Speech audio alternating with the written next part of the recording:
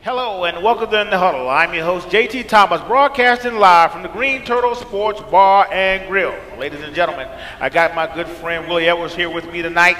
We're going to close out the Mountaineer regular season here, Will. Yes, I mean, you and I have been here before, but I don't know if we've been in here under these circumstances in regard to us defensive guys not having any offensive guys to help us explain what went on this past weekend. But as you mentioned earlier, before we even talk about this past weekend, we got to go back a weekend ago, before the Oklahoma game. Well, we had Texas. We sat in here. We had Texas come in and give Mountaineers a rough first half, just first outing here in front of our fans. What do you think about that, Will? It was really tough to watch. Well, I mean, the problem I think we had was, and I mentioned it before, is that quarterback, the second string kid, he could throw the ball and he could run. Physical guy. He's about, what, 6'3", about 230. And, you know, like I said, I watched him play against Oklahoma, and he gave them fits the whole game. And that was the one thing that concerned me. If we could have kept the other quarterback in the game, we might have had a better chance. And also, you know, our starter, Will Greer, getting hurt. That kind of hurt us defensively because we had so many 3-and-outs that kept our defense on the field. And, you know, you don't want to play a whole lot of snaps on defense. You want your offense having the majority of the snaps, and that didn't happen for us. So, you know, with Will Greer going down, that kind of, you know, crippled our offense a little bit. Right. You mentioned that, Will. I remember you kind of helped the group as we were having our discussion.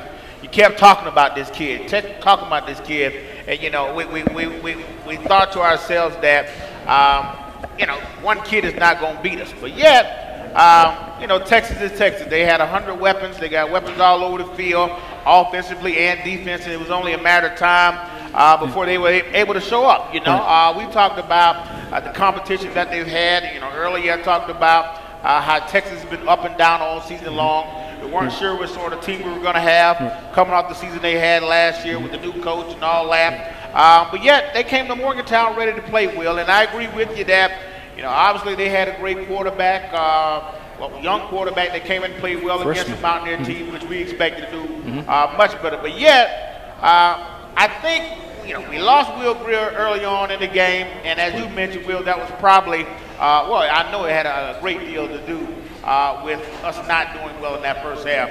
But first half, Will, no points scored. What does that say about our ability to score when up against the wall like that? Well, you got your #1 guy. He's out of the game. So, you know, with him out of the game, you got the backup who hadn't had a whole lot of snaps. So now you put him in a game like this, and like you were saying about Texas, they had all the parts. They just hadn't put everything together. You can see they had some athletes at certain positions, and they, you know, they were struggling with, you know, having different coaches over the past couple of years, but they had the parts. And so, you know, you can see they were a dangerous team. And now they got a quarterback who can make things happen. You know, that was a recipe for disaster for us with Will Greer going down, and then, you know, this young kid, actually a freshman for them, coming in, and, you know, he, like I said, he gave Oklahoma fits, and, you know, like I said, 3-and-outs aren't good when you got a team like Texas who can hurt you from different places on the field. And they got, you know, their running backs. Then I was down on the field and I'm watching. Their running backs look like linebackers. I mean, they were big and physical, and, you know, one guy comes in, he goes out, another guy comes in, looks just like him. You know, that the play didn't drop off any whenever they switched their running backs out. So, you know, going forward, I'm not really sure offensively and I don't want to jump ahead, but you saw some of the Wildcat stuff we were getting into. Right. So that speaks volumes to, you know, what's going on in the mindset of the coaching staff. Not that they don't have any faith in that second guy, but, you know, you got to put your best players on the field to win. So, you know, I give them credit. They're thinking outside of the box now, because you would have never saw Wildcat here at West Virginia University. But, you know, with Will Greer going down, now they're trying to figure out ways to get our best players the balls in their hands so they can make plays on the field. Right. Well, I'm going to ask this question. I know hindsight is 20/20, right? and obviously not having a quarterback with very much game experience, with Chokunov not playing very much this season, there were opportunities for him to play more, and we just did not take advantage of that. You know, and again, hindsight of 2020, certainly not qualified to talk about the judgment of a coach, but maybe we play him a little early in some of those games. We getting ready for an instance like this. Will goes down, and then he's able to contribute more than he was able to. And for you, as you know this, Will, timing is everything. I wish Chokunov would have had more opportunities, to hand the ball off or throw some of our receivers early on in the season. That would have probably helped them in this latter part. Reminds me of Skylar Howard when Skylar Howard came in at the end of the season after Trickett. The last 2 games when Trickett got hurt. He was able to come in, but because he had a little, I think Skylar had a little more opportunity, he was able to contribute right away. Right. Well, you call those meaningful reps. You know, you got to get a guy in a situation, don't always put him in a cleanup situation. He needs to see some live bullets. It's different in practice. And then you get into a situation now, you got to play the rest of the game against Texas. That's a big difference than playing a whole game, opposed to coming in the fourth quarter and playing the last 10 minutes when you're blowing a team out. So that game's already decided. So if you make a mistake, you're not too worried about it. So now you put this guy in a situation where it's the first quarter and we haven't scored any points in that half, and now he's got to play the rest of the game. That's a lot of pressure to put on someone who hadn't had that pressure all year. And just being able to complement what we have on the field in terms of offensive line, not very used to working with Chokunov during the game. Receivers and timing, not great. Everybody knowing where everybody's going to be on the field. I mean, it just wasn't there against the Texas game. And obviously, moving on, we had to try some other things. But, we are as defensive players, we can't let our defense off the hook. Nope. Obviously, the first half of the Texas game, with no points, we would like to have had more opportunities to put the points up, but nonetheless, we didn't. Yep. When you have games like that, Will, let's talk from a defensive standpoint. How does one feel when you're not scoring early on the football game? Well, you keep hoping that the more possessions you get for your offense, that eventually they're going to put some points on the board. But I can speak from experience that, it's kind of disheartening when you get 3 and outs on defense and you get the offense the ball and they get a 3 and out. So you don't even get a chance to sit down and get a break. Now, it's 3 and out. Now you got to go back out on the field.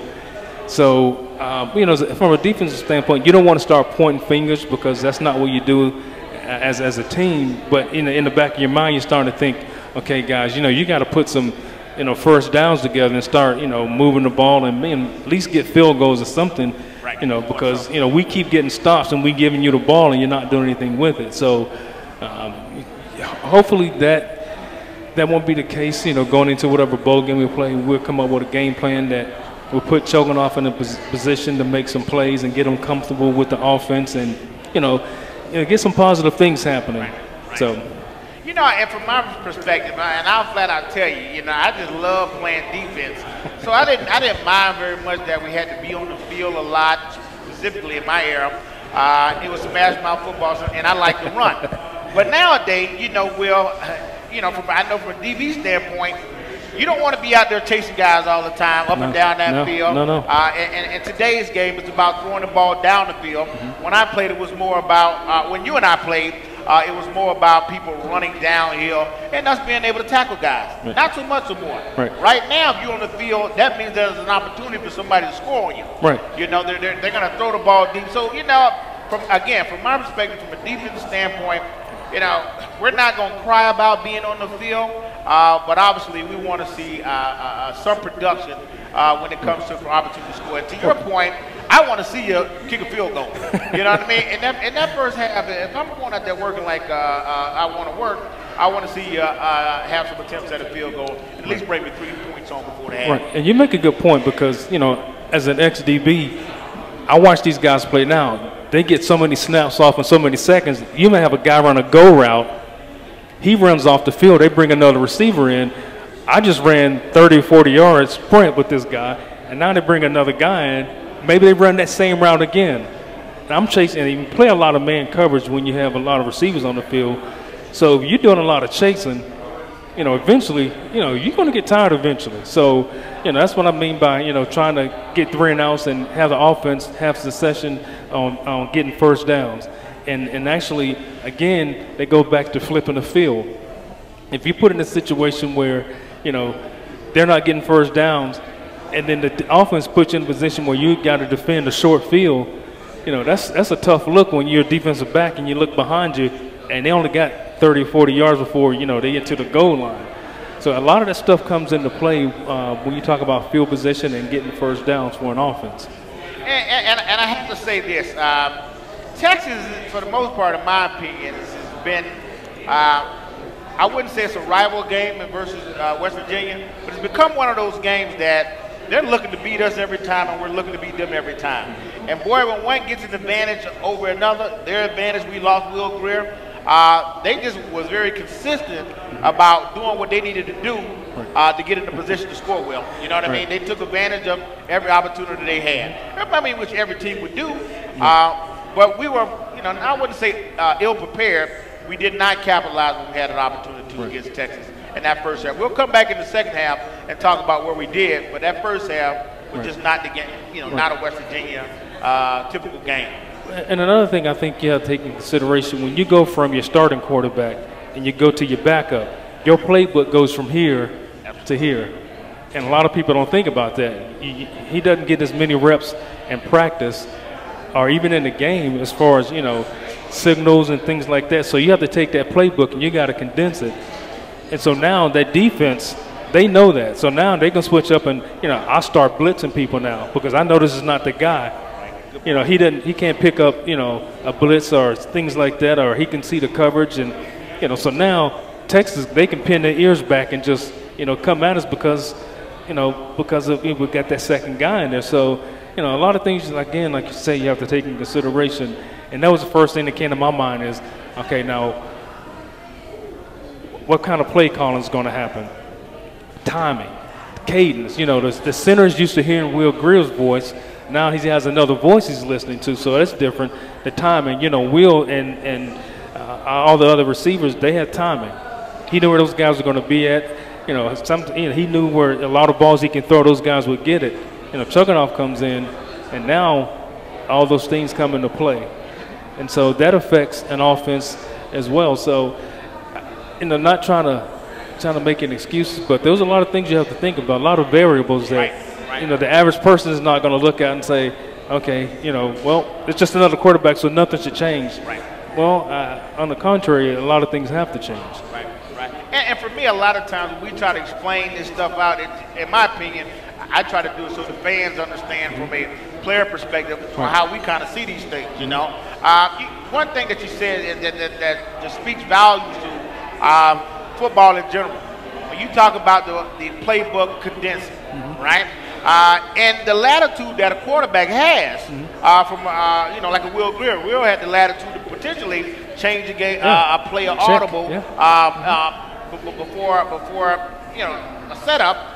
We went from that to not being able to do it. Right. So not only you've condensed the playbook, you now don't have the freedom of the from the quarterback perspective to change the play at the line of scrimmage. Yeah, and that's huge. Yeah, because absolutely. Again, like I said, I noticed Texas started, sending guys. So if he were getting reps and he could understand the offense and understand the defense, he would see where the blitz is coming to. A lot of times you throw to where the blitz is coming from because you're going to have man coverage to that side.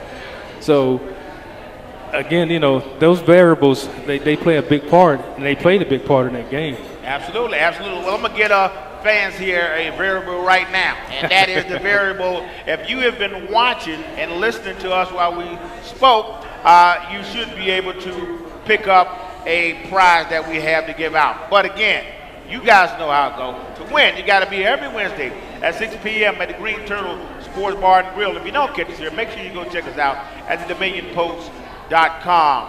Now, to answer the question, you got to raise your hand. We'll bring a mic over to you, and we'll give you a prize. The question is, Did West Virginia, true or false, did West Virginia score in the first half of the Texas game? True or false?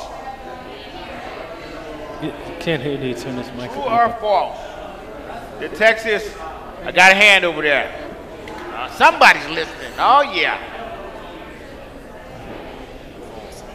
False? False. It really is just that easy. And you get the perfect decal. Thank you for coming out, and thank you for listening close. Again, ladies and gentlemen, to be here. Now, you can't be here next week because we're not going to be here. But to check out the show, you have to go to thedominionpost.com, and you can check us out there. You can watch all the shows by going to dominionpost.com. Let's keep going, Will. All righty. Now, and I'll finish over the Texas game. I know we want to get to the Oklahoma game, but let's go ahead and finish out the Texas game. The score ended 28-14. Gave the Mountaineers their 4th loss of the season. Again, the tough part about it is playing your last home game and having an outing where you not only lose your quarterback, you lose the game. Then you have to change things up really quickly to move on to the next week. You know, when I think about going into the Oklahoma game, what was on the mind of the coaches when, you know, lost your quarterback, you're flying out to one of the best teams in the country, playing against one of the best athletes in the country with Baker Mayfield. What's the mindset of the coach coming out of the Texas game, Will? Well, you're trying to get a game plan together for your offense. Because, again, you got your second-string quarterback in. So, and apparently they were, you know, they had some other things in mind. I mentioned earlier about going Wildcat, which, you know, like I said, you've never seen that here in West Virginia. We've had some great running backs and some great running quarterbacks, but we've never seen it out of the Wildcat. I mean, you know, Pat was a quarterback, but it was typically a Wildcat is a running back who's going to get the ball in his hands, which, you know, there's really no threat of throwing the ball. So now when you run Wildcat, you can play man coverage and keep everybody else in the box for the run. And it's amazing how people can run the Wildcat and it can be effective when you know the guy's not going to throw the ball. So, you know, there was something on the wrinkle they threw in that, you know, to give, I guess, Chugging a break, or, you know, maybe this Wildcat would look good against what Oklahoma was doing defensively. So I don't know the mindset of the coaches. I didn't talk to them about it. I was shocked when I saw it. So are we going to see any more of that in the bowl game?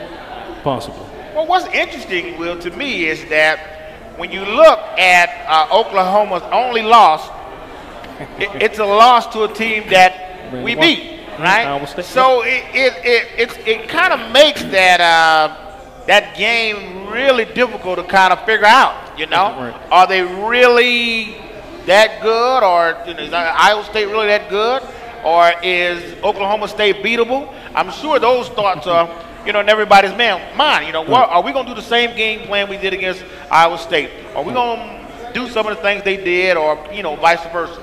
I'm sure that was part of the thought process. Right. Well, Iowa State, they do run the Wildcat. And it's interesting that the guy that runs the Wildcat is their starting linebacker.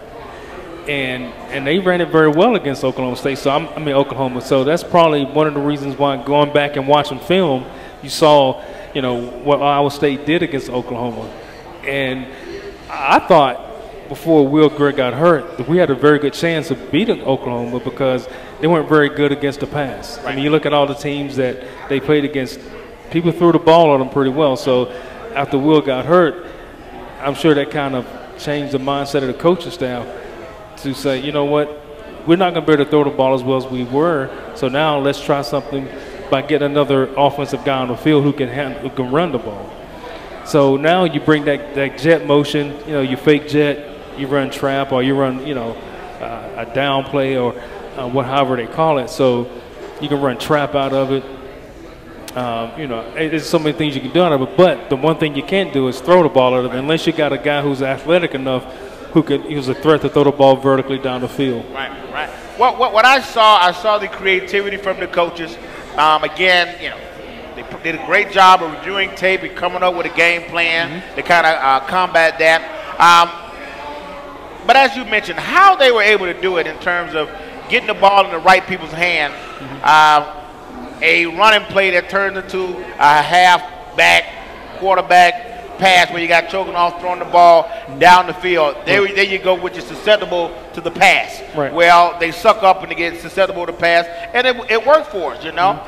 We just didn't get enough of those opportunities from an offensive standpoint. It just wasn't enough for us early on to be successful in the game. Right. Well, we had some issues in the beginning of the game. You know, we fumbled the ball in the red zone, and then you had arguably one of the best receivers in the country drop a touchdown pass that that's something you would never expect out of Seals, but it happened. So when you go in in a situation like that at Oklahoma and you got your number 2 quarterback playing, so you got to play error-free football. You can't make a mistake. You got to take advantage of any breaks that you can get. So fumbling the ball in the red zone, dropping touchdown passes, you can't do that when you have a guy who's not your main guy at quarterback. Right. So you got to put that guy in a position to make positive plays, and when that happens, now he may be putting a little more pressure on himself to try to make plays. Right. Now, although Oklahoma, like you mentioned, what the greatest defense to play against, it was an interesting defense for a young guy to play against, for a choking off to play against. And again, the coaches identified that, and we really used Kennedy McCoy very, very well.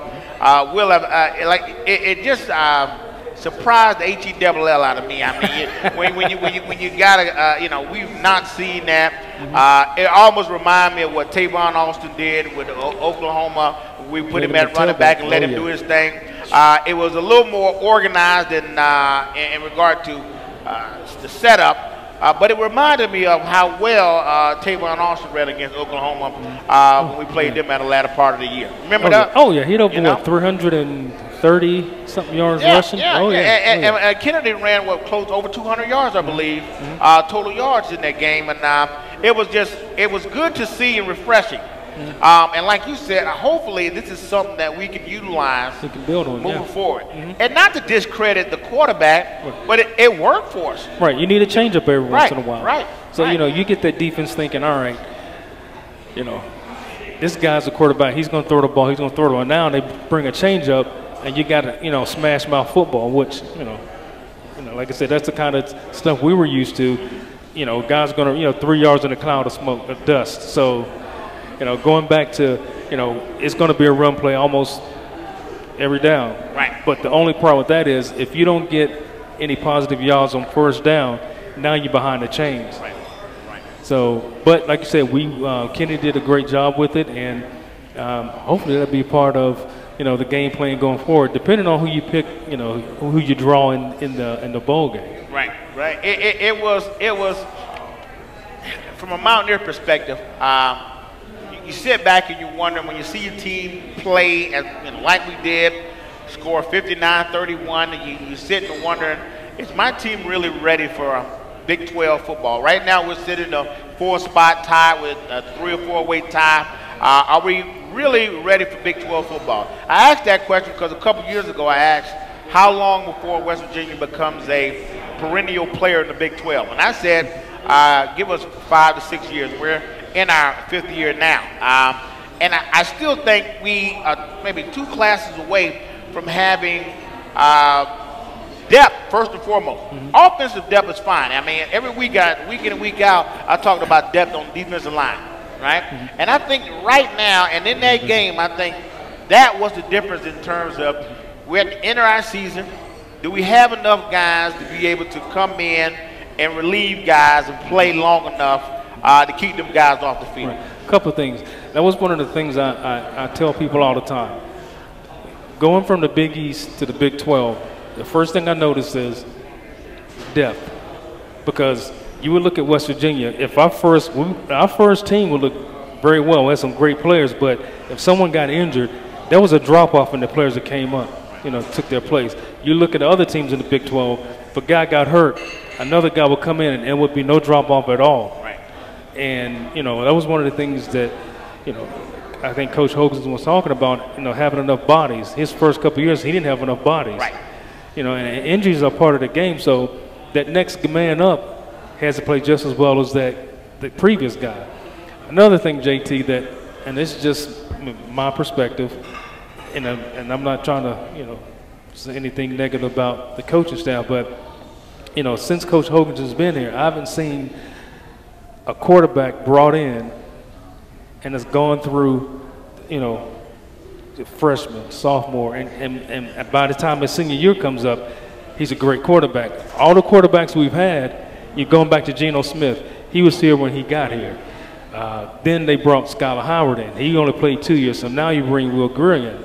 In my mind, I was thinking, all right, this guy's a great offensive mind. Go out and get a quarterback, and you can groom this guy. Right. By the time he's a sophomore, junior, and a senior, this guy to be, playing lights out. Right. I don't know why that hasn't happened yet. I expected it to happen, and I haven't seen it happen. So that's another thing that I think about when you talk about, being in the Big 12 now. You got to have a guy that's, gotten a lot of reps over the years as a freshman, sophomore, junior, however, redshirt freshman. I just haven't seen that. Right. And I agree with you, Will. And I'm gonna bounce around here a little bit because I want to stay engaged in this game in terms of when I talk about depth, and more so I talk about that defensive line, because you and I know how difficult that is in terms of pound, chase, hold. It becomes cumbersome on a three-man front. And again, I'm not going to indict out front. I'm not, I'm a 4-3 guy, 4-4 odd front guy. But when you are playing a defense such as ours, boy, it has to be hitting on all cylinders. It works for the Big 12, and even more so for when we were in the Big East and everybody started throwing. We were able to run people, bring people from all over the place. But at the same time, you kind of give up the aggressiveness in terms of, well, I wouldn't say aggressiveness because we blitz well. And on the back end, we got enough back that we cover well. Right. But for some reason, depth-wise, we're not getting enough guys to be able to come in and spell a guy 2 or 3 plays. Right. Well, when you play an all-stack front like that, what we play is a 3-3, and we've had this conversation several times. That nose guard has to be an SOB. Right. I'm telling you, because he's the guy in the middle who's going to have to take on double teams the whole game. And one of the better ones I've seen over the years has been Chris Neal, who played with the Redskins. I mean, that guy, he demanded and commanded a double team.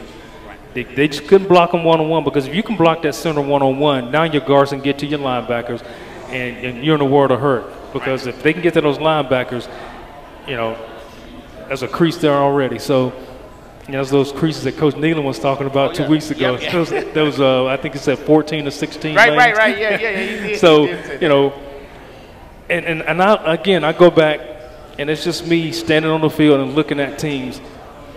I look at the physical size of these teams that we play, and I look at our guys. We have a couple guys that are, when you look at them, you think, oh, yeah, those are football players. But when you look at these other teams in the Big 12, these guys, standing on the field, I'm standing and watching them walk off the field, I'm thinking, oh, my gosh. A couple of our guys, you'll see it, a couple of them, but they're consistent. These guys are big.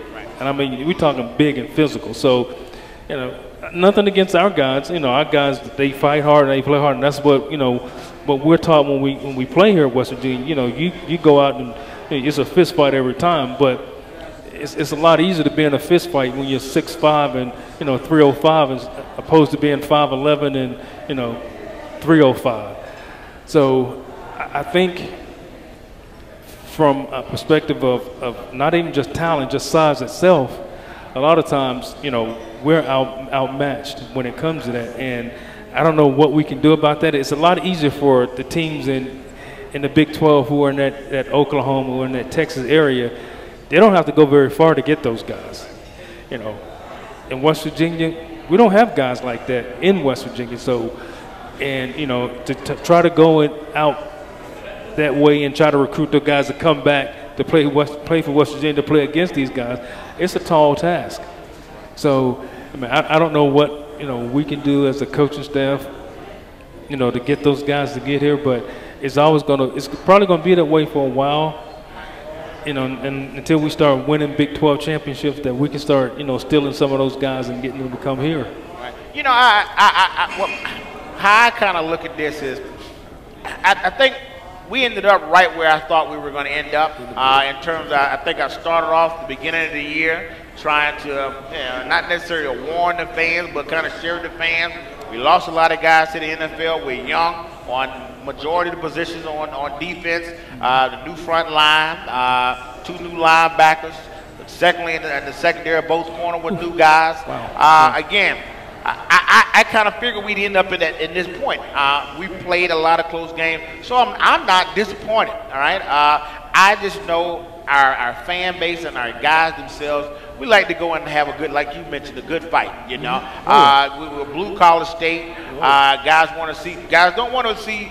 The state don't want to see you come home 59-31. You know, that's a lot of points. Right. I didn't think they were going to hang 59 on us. Right. But again, it goes back to, you know, opportunities. When you have 3 and outs, and we keep giving the ball back to them, eventually something good's going to happen for them. You know, if you have that ball in your hands enough times, you know, something good's going to happen. So offensively, we had to put some, you know, series together. You know, moving the ball down the field. You know, giving our defense a rest. So it hurts you defensively when you don't get that. Like I said, there's times when I know when you play and when I played, you know, you get a stop, you run off the field, and as soon as you sit down, you know, you hear that call, you know, defense get ready, you know. And it's demoralizing sometimes when you don't get to sit down and say, all right, let's process what happened on the last series and talk about and discuss, okay, this is what I saw, this is what I saw. A lot of times you don't get a chance for that. Right. So, and the amount of reps that these teams in the Big 12, I mean, you know, they get a first down, they back up to the line of scrimmage and run another play. So, as a defensive guy, you know, you need a break every once in a while. Right. And I'm gonna go ahead and take a break with that break. All right. And guys, again, certainly appreciate everybody always coming down here to check us out on every Wednesday at the Green Turtle Sports Bar and Grill. We're going to do our trivia, and to win the trivia, all you have to do is raise your hand. We'll bring a mic over to you, and we're going to give you a prize that we have up here. And the question of the day is, what is the name of the offense we put in for this Texas game? Raise your hand, and we'll get the mic over to you. What is the name of the offense we put in specifically for the Texas game? Wildcat. The Wildcat. You're absolutely right, sir. Thank you for listening. And we got your flag. Again, guys, we appreciate everybody who's been down here every Wednesday, all season long at the Green Turtle Sports Bar and Grill. Go check out this show and every show before this at the Dominion Post. You'll see us in the football section. All right, well, let's keep it moving.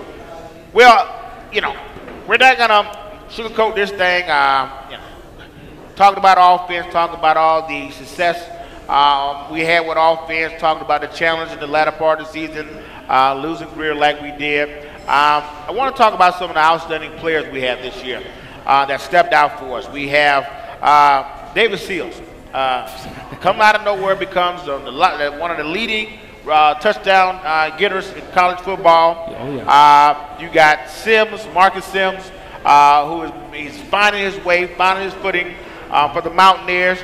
Gary Jennings, 1,000-yard receiver this season. He's been Mr. Whatever, do whatever for the Mountaineers this season. Karan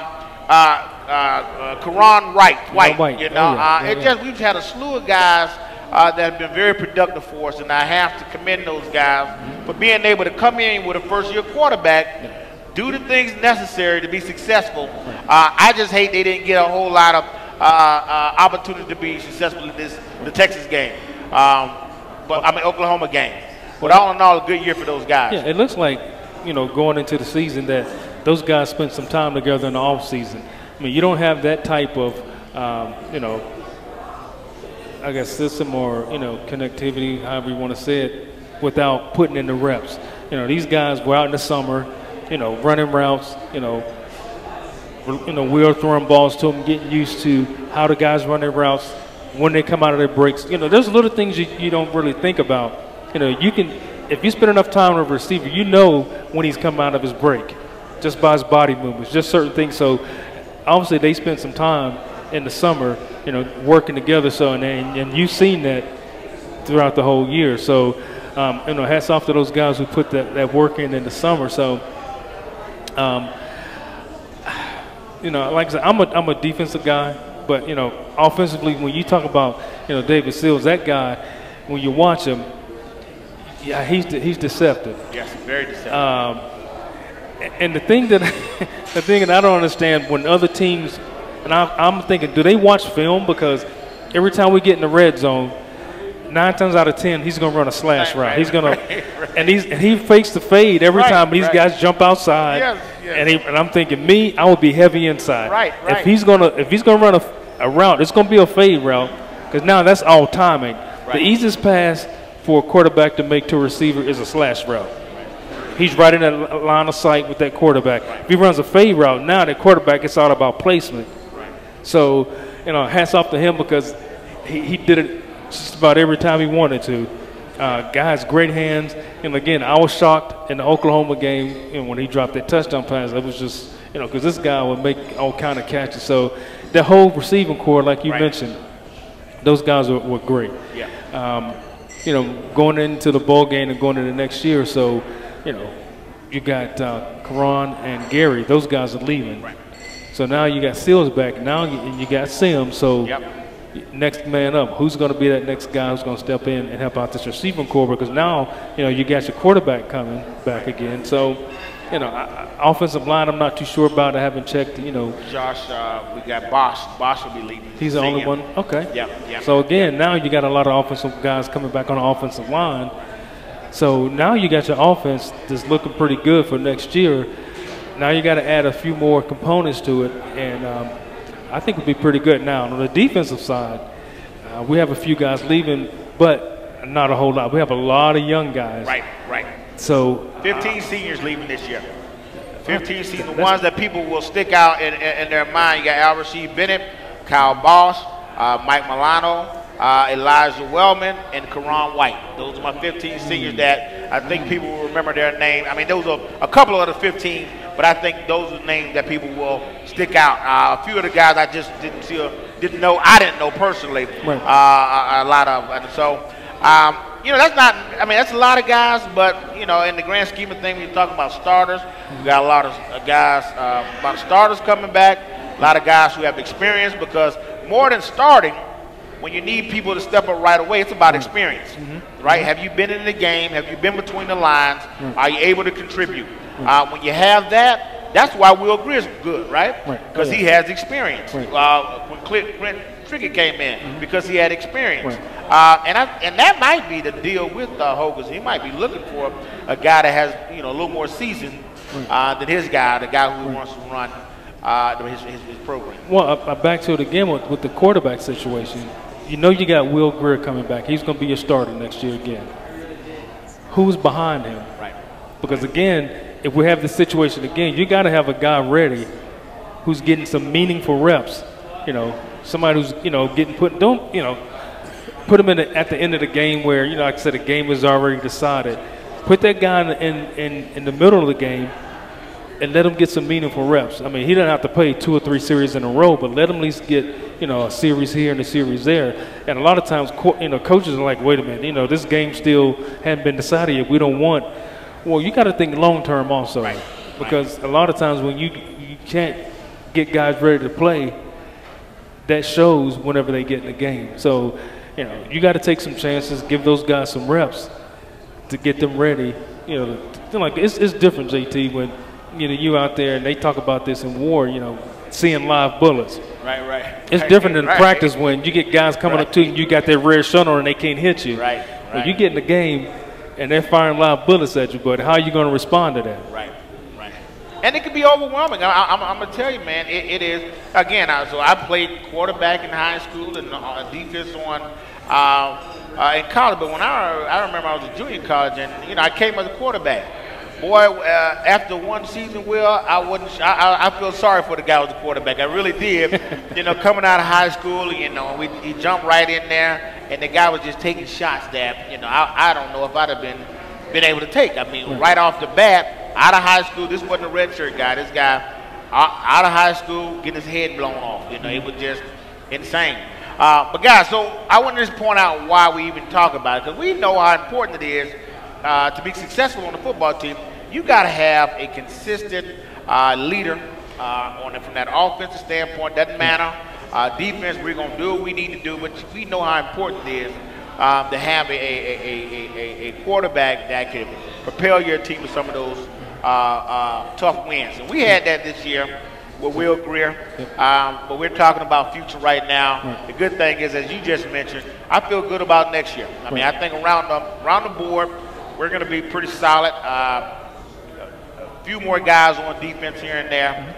They all have a little experience now, Will. I feel good about next year. Right, and then another thing I was reading just this past week about our recruiting class. They're saying we have the number 16 class in the country right now, which is probably one of the better ones we've ever that I know of.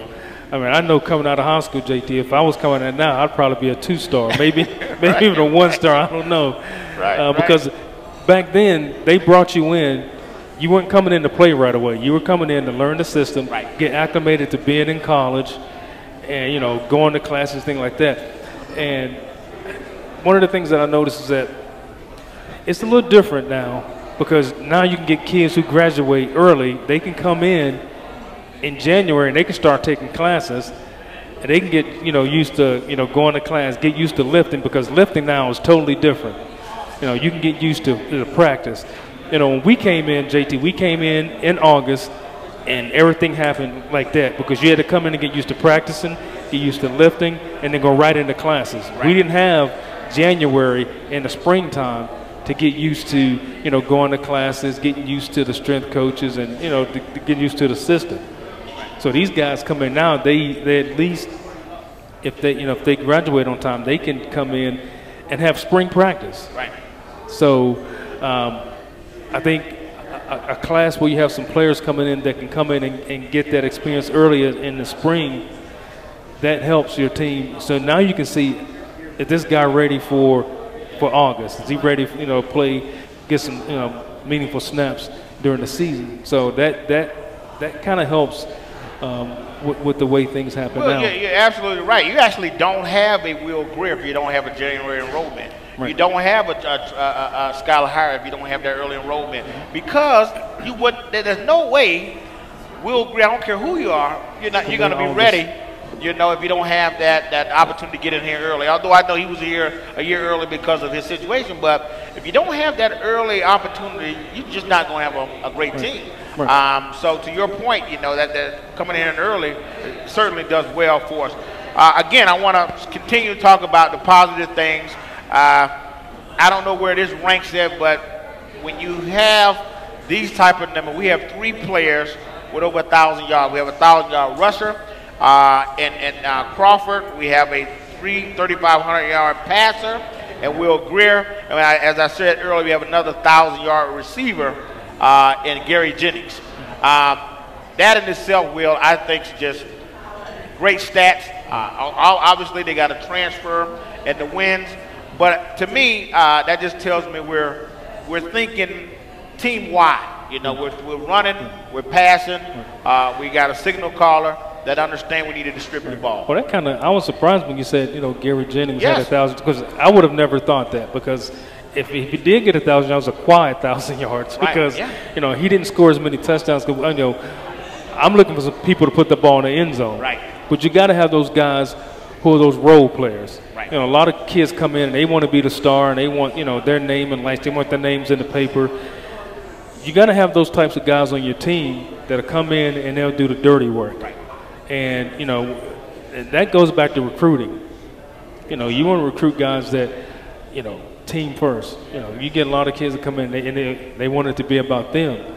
So you want to bring guys in that are like-minded and that'll come in and bring their lunch pail and go to work. And at the end of the day, they're not too worried about their stats. They're worried about the one that matters the most, in that W column. Absolutely. So hats off to a guy like Gary Jennings, who will go out and it's being overshadowed because Seals has been one of the top receivers in the country as far as touchdowns are concerned. So I don't even know if he even has 1,000 yards receiving. He doesn't. But he definitely can put the ball in the end zone. He can put points on the board, that's for sure. right. Let me try to put some points in some people's pockets. Guys, we're going to do this trivia one more time. All you have to do is listen up. This is going to be a tough one. You really have to know and listen to what I've said. You got to know a little bit about West Virginia football. Can you name, and the question will be, you have to raise your hand, 3 of the 4 receivers that I mentioned early on in the show, 3 of the 4 most productive receivers we've had this season. Raise your hand, we'll get the mic over to you. Oh, I told you this is going to, you got to be a football watcher for this one.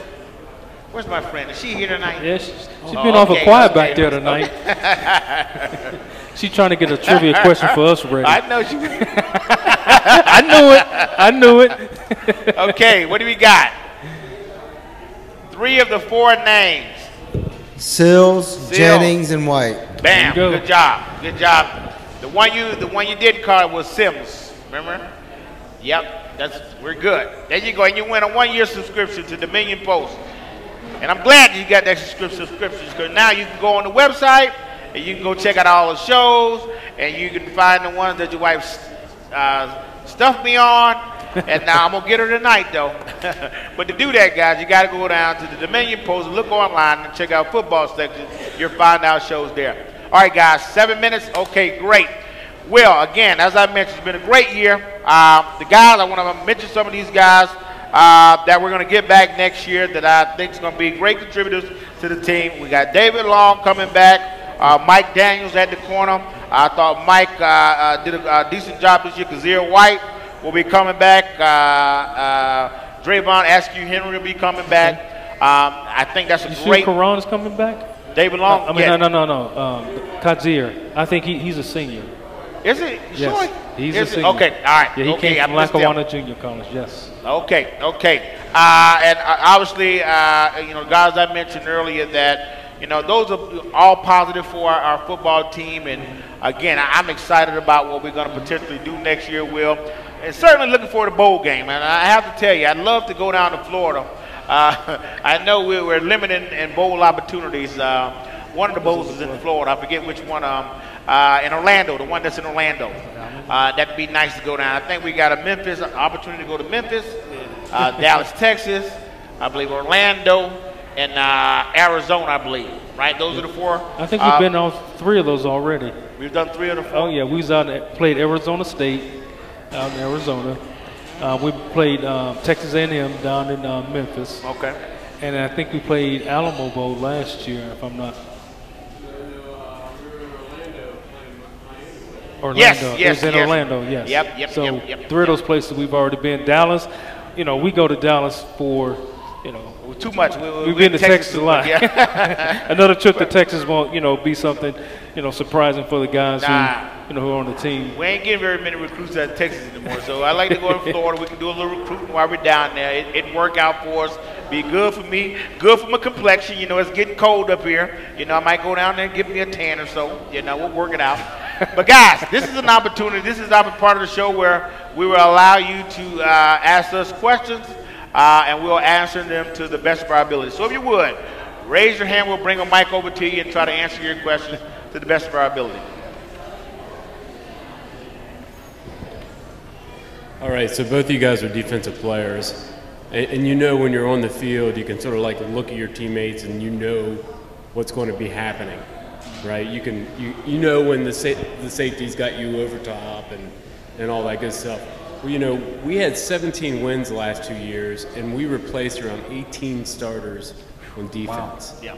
I mean, if you think about that, that's pretty impressive. I know Tony Gibson's been taking some grief, right? Or a little bit he was a little upset with the way his team performed, but I mean, if you would think 17 wins when you guys were playing, if you lost 9 starters each. 2 consecutive years. Mm-hmm. It's amazing. He really played on the 88 team, the undefeated team. Obviously, I'll go ahead and speak my part. And I said this early on in the show. Again, the first couple of shows, I knew we lost some great talent to the NFL, right? When you lose NFL talent off your team, that's a huge void that you got to account for. And it's very seldom that you replace NFL talent with NFL talent, you know. So Yep. I am comfortable. I feel like this year was a success. We learned a lot about our team. The players learned each other. We got Dana's contract done, you know, so we were good there. So again, to me, it was a great season. I agree with you, sir. The fact that we lost 18 defensive guys, that's 18 touchdown stoppers. It is tough to have over 8 wins in a season like that. So great point. Right. Well, and to what he was saying, a lot of people they don't like the 3-3-5. They think it's susceptible to the run, which when you have teams that are big and physical and you line up and you run the ball, that is one of the things about that defense, because you don't have a lot of people like to see 4 linemen, and you covering up the tackles and you covering up the guards. But I don't have a problem with the 3-3-5. You just got to have the right players at the 3-3-5. Like again, that nose guard and then those ends are vital to that defense, because everything starts with those guys up front, and the same thing with offense. Everything starts with the guys up front. So the 3-3-5 for me is not much of a problem. Like you, JT, I'm a 4-3 guy. You can even throw a 53 in there. Yeah. But if you do that now, if you're a 4-3, what are you going to play on the back end? Right, that's it. Are you going to play cover 2? Are you going to play cover 3? Are you going to play, matching zone? There's all kind of things you have to do with that. Ohio State plays a lot of, cover 2. Right. They'll play quarters on one side and cover 2 on one side, so that's that matching zone. Right, so that's one thing you could do. The athletes will do that though. Got to have matches, and they can recruit those guys. Right. So, we don't get the same players these other teams get. Right. I get it. And I say this all the time. People always say, "Well, we recruit a lot of players out of Florida." Yeah, there's a lot of great players that come out of Florida, but at the same time, we're not getting I call them tiers. You're not getting the first and second tier guys. A lot of times you're getting that third and maybe sometime the fourth, because those top guys are going now out of Florida. They don't just go to Miami, Florida State, and those teams in the Miami area. They're going to, to Notre Dame, and they're going to, Oklahoma, and they're going to Alabama and teams like that. So you have to keep in mind the type of players you're getting, because you got to go out and recruit certain players for what you do. So it's to your point, we're gonna have a lot to replace. Appreciate that question. What do we got? Do we got another question? Oh yeah, I see her smiling over there, Will. She's been working the whole time. I knew it. I actually had to work today. Oh my, she's got a lot of time. Who is the all-time rushing touchdown leader for WVU? All-time rushing touchdown leader. Do you want multiple choice? I'm gonna give you a shot before all time. You say right? Yes, sir. All time. Running back. All time. Well, I'm gonna get multiple. I'm thinking it's an odd person that we wouldn't think of. But he was only here 2 years. The guy that I'm thinking of. I'm thinking of KJ. No? Okay. Who do we got? Well, I was thinking either Avon Coburn or Amos Zaraway.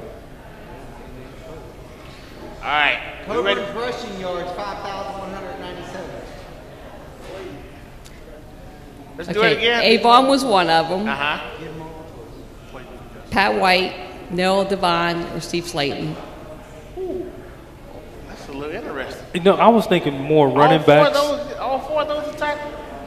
The number one. There's one of those 4 was number 1. Steve Slayton? Steve came with Pat, so he played as long as Pat did. Now you know I've been working for like an hour to find a question. Wow. That's a good one. That's a good one. Oh, man. I gave it to him. You give it Okay, so I'm going to take one stab at it, and I'm going to say, and I'm not going to say Steve Slayton. You might be right, but I'm going to say Pat White. Second. Okay. All right, Will, your shot. Willie. I said Steve Slayton. 50. touchdowns. Pat White. Yes, Steve Slayton. Oh, it's Steve 50. Slayton? Okay. All right. You were right. Should listen to you. But guys, I want to say this, guys. It has been. We got another question? No, Pat White had 47. Avon Corbone had 42, and Noel Devon had 29. Wow. Okay. Who had more touchdowns? Steve Wow. had 50. Okay, wow. That's Okay. a lot of touchdowns. Wow. Guys, just want to thank everybody. This is our third or fourth year probably doing this show. Certainly fourth year, second year here at the Green Turtles. You guys have been absolutely awesome to us. It's been a great venue. People have been certainly great to us. Can't say enough about you. And as I said early on, pretty often, that the Dominion Post has done a great job of supporting us, former athletes, giving us this platform to be able to talk about what we enjoy doing, and that is talking about football. Oftentimes we are approached and asked our opinions, and this show gives us an opportunity without any strings attached or associated to the team. We're able to share our thoughts without any repercussions. And again, just want to thank everybody for supporting us for the last 4 years, and certainly thank the Green Turtle for hosting us this year. And I would say to everybody, come on down to the Green Turtle because they got great food. I mean, obviously I said it's a great venue, but it's great food, and they got libations. I'd like to say that word. Libations is always very, very great here. So, Will, before I close out, anything you want to say? I just echo your sentiments. Come out to the Green Turtle, and like I said, it's a great atmosphere. If you want to watch football, there's a lot of TVs, and it's kind of tough to do the show here because I see all these things flashing up on the TV, and I'm like, not to remind myself not to look. But if you want to come out and catch a game, any sporting event, this is a great place to do it. TVs everywhere, and then the food is great, and the people are even greater. So, hats off to Green Turtle. And last but not least, I got to thank Amanda, and I got to thank Eric for being here with me for the last 2 years. Well, I know Eric's been here for 4 years. I know Amanda's been here at least 3 years, I believe. And I certainly want to thank you guys. You guys make this possible. And again, just can't thank you enough, and I certainly appreciate the opportunity. Now, I'll usually say until next time, huddle up, but I'll say until next year, let's huddle up.